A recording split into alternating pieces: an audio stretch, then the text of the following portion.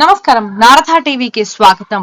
తిరుపతి జిల్లా గూడూరు 2వ పట్టణ పరిధిలో నివసించే బాలిక కాలేజీకి వెళ్లేందుకు ఇంటి నుంచి బయటకు రాగా గూడూరు పట్టణం అశోక్ నగర్ ప్రాంతానికి చెందిన రౌడీ షీటర్ వినయ్ బాలికకు కత్తి చూపి బెదిరించి ఆటోలో కిడ్నాప్ చేసి గూడూరులోని గాంధీనగర్ ప్రాంతానికి తీసుకెళ్లి అత్యాచారం చేసి సాయంత్రం తిరిగి ఆటోలో బాలికను 2వ పట్టణ పరిధిలో వదిలేసి వెళ్లిపోగా ఈ అవమానంతో బాలిక సూపర్ వాస్మాలు తాగి ఆత్మహత్యకు ప్రయత్నించినట్టు వైద్యం కోసం గూడూరులోని ఒక ప్రైవేటు ఆసుపత్రిలో చేర్పించి బాలిక పరిస్థితి విషమంగా ఉండడంతో మెరుగైన వైద్యం కోసం నెల్లూరు నగరంలోని మరో ఆసుపత్రికి తరలించారు.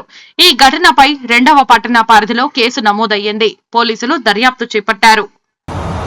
రోజు గూడూరు పట్టణ పరిధిలో తిరుపతి జిల్లాలో ఒక అత్యాచారం గురించి ఒక ప్రైవేట్ కాలేజీ వద్దకి ఇంటర్మీడియట్ సెకండ్ ఇయర్ చదువుతున్న ఒక పాప వెళ్తుంది. అక్కడికి ఒక రౌడీ షీటర్ అనేవాడు గూడూరు పట్టణ పరిధిలోని వంటల పరిధిలోని గుంజుపల్లి వినయ్ కుమార్ అక్కడికి వెళ్ళి ఆ అమ్మాయిని ముందు రాముంటాడు, ఆటోలో వెళ్తాడు. అమ్మాయి చెప్పే పరిణామంలో ఆటోలో వెళ్ళి అక్కడ రాముంటే రాదు, లేకపోతే నేను ప్రేమిస్తున్నా చెప్తాను. అంతకుముందు వార్నింగ్ ఇవ్వడం జరిగింది 2 years బ్యాక్. మళ్ళీ వార్నింగ్ ఇస్తే అప్పటి నుంచి లేదు. మళ్ళీ నెక్స్ట్ డే ఆడు కాలేజీ వద్దకు వెళ్ళి అమ్మాయిని బలవంతంగా ఎక్కించుకోవడం, ఆటోలో ఎక్కించుకొని లేకపోతే మీ వాళ్ళని బెదిరిస్తానని చంపేస్తానని చెప్పి బెదిరించడం జరిగిందని చెప్పి అమ్మాయి చెబుతుంది. తర్వాత అదే గూడూరు 2 టౌన్ పరిధిలో గాంధీనగర్ పరిధిలో నిర్మానుష్యంగా ఉన్న కొన్ని ఇళ్ళు వదిలేసిన ఇళ్ళు ఉన్నాయి. అక్కడ తీసుకెళ్ళడం జరిగింది. కొంతసేపు అమ్మాయిని రిక్వెస్ట్ చేశాడు, బతిమలాడాడు, బెదిరించాడు. ఇది జరిగి లాస్ట్కి అమ్మాయిని అత్యాచారం చేయడం జరిగింది. ఆ అమ్మాయి ఇంటికి వచ్చి చెప్పకుండా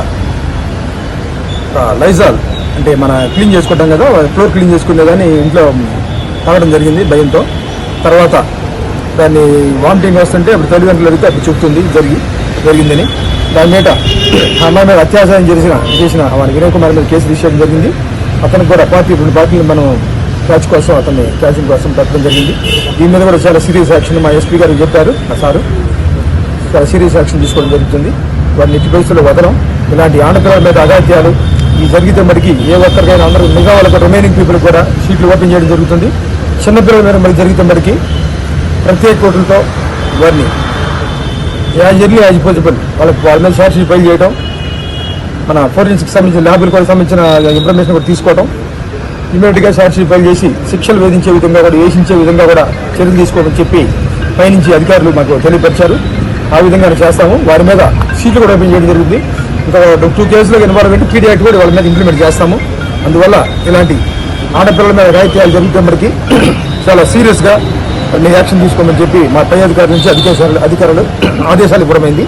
అందువల్ల జాగ్రత్తగా ఎవరి పనులు చేసుకోవాలి, లేకపోతే ఆడపిల్లల జోలికి వెళ్ళి వాళ్ళ జీవితాలు నాశనం చేసుకొని పడిపోవద్దని చెప్పి మీ ద్వారా యువతకి హెచ్చరిస్తూ ఉన్నాను. సార్, ప్రస్తుతం